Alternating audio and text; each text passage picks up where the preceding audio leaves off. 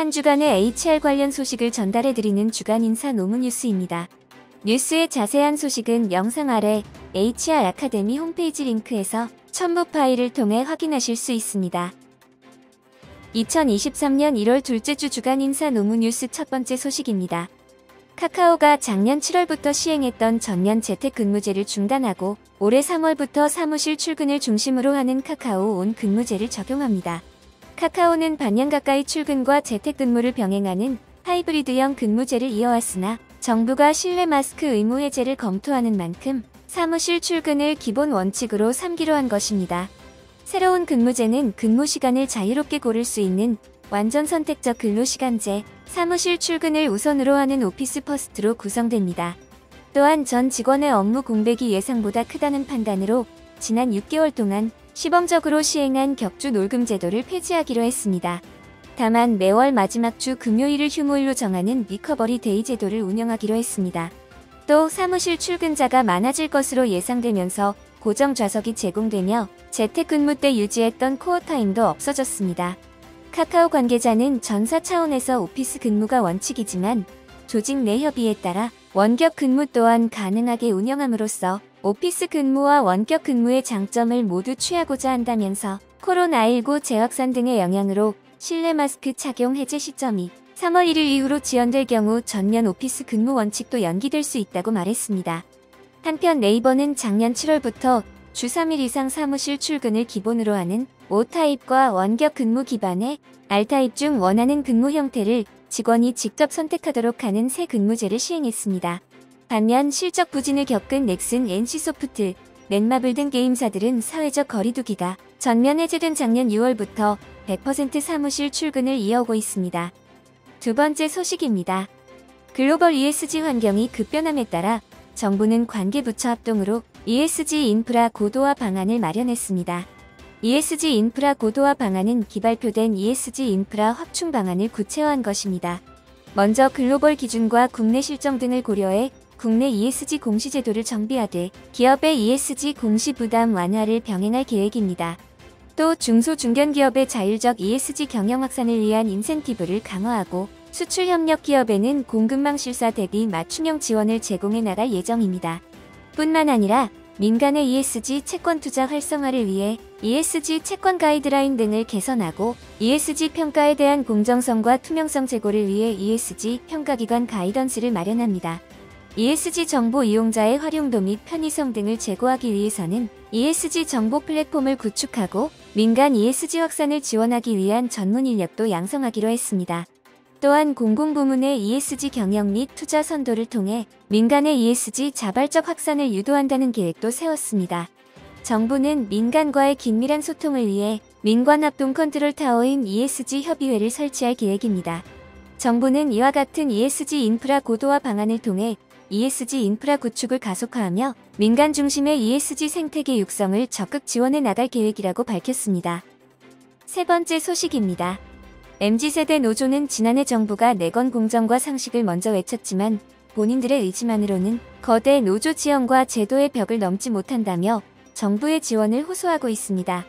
MZ세대 노조 시대의 분수령은 2021년 2월 LG전자 사람중심 사무직 노조의 등장입니다.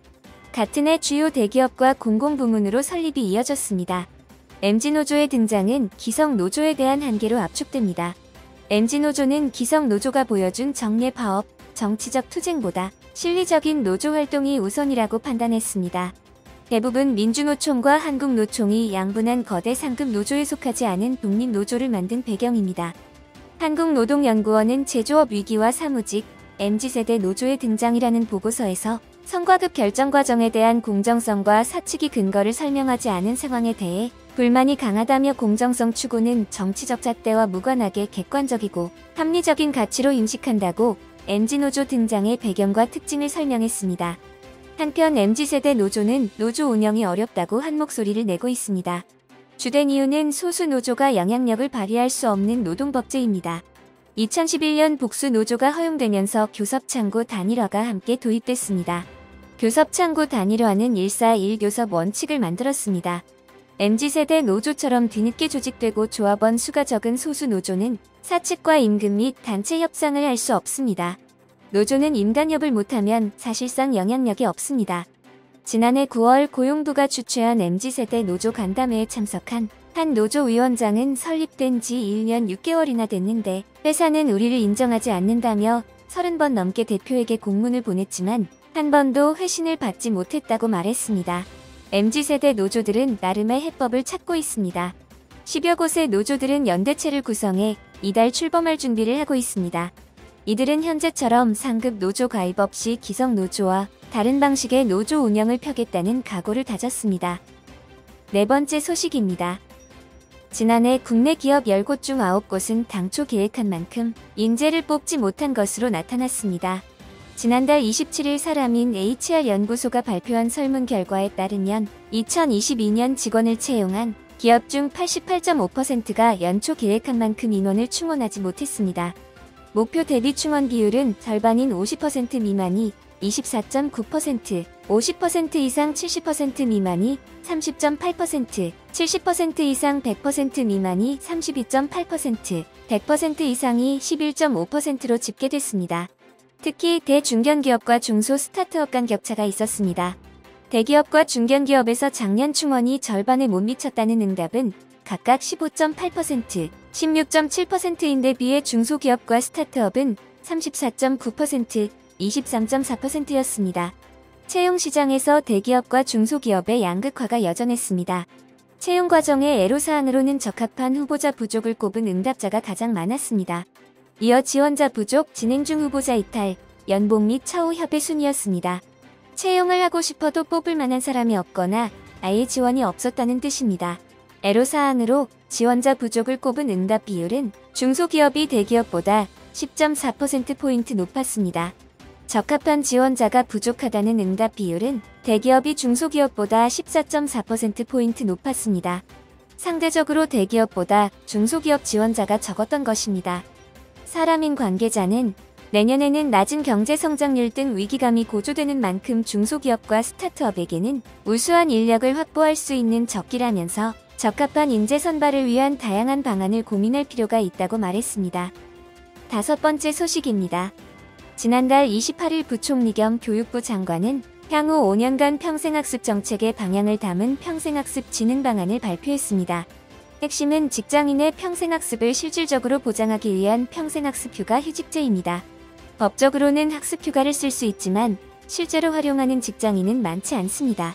평생교육법은 경영자가 소속 직원에게 학습 휴가를 줄 수 있다고 재량권만 부여하는 수준이기 때문입니다. 교육부는 많은 직장인이 학습 휴가와 휴직을 사용하는 사회적 분위기를 조성하기 위해 공론화를 추진하고 관련 법도 개정하겠다는 그림을 그렸습니다.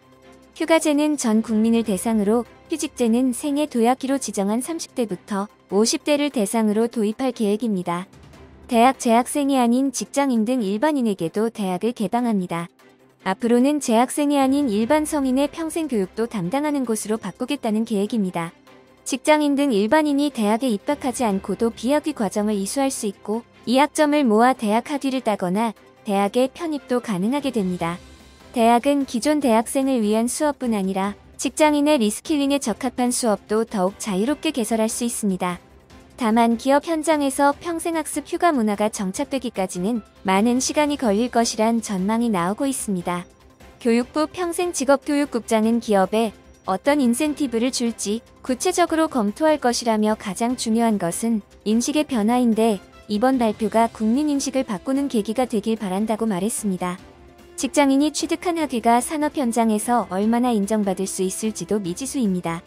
직장인이 마이크로 디그리 등으로 학점을 모아 학위를 취득할 수 있지만 이 학위는 총장 명의가 아니라 교육부 장관 명의로 부여됩니다. 교육부 평생직업교육국장은 국가학습경험 인정제를 통해 취득한 학위가 대학에서 취득하는 학위와 차별되지 않도록 질을 관리할 계획이라고 밝혔습니다. 이번 주 주간 인사 노무 뉴스는 여기까지입니다. 다음 주도 유익한 소식으로 찾아뵙겠습니다. 감사합니다.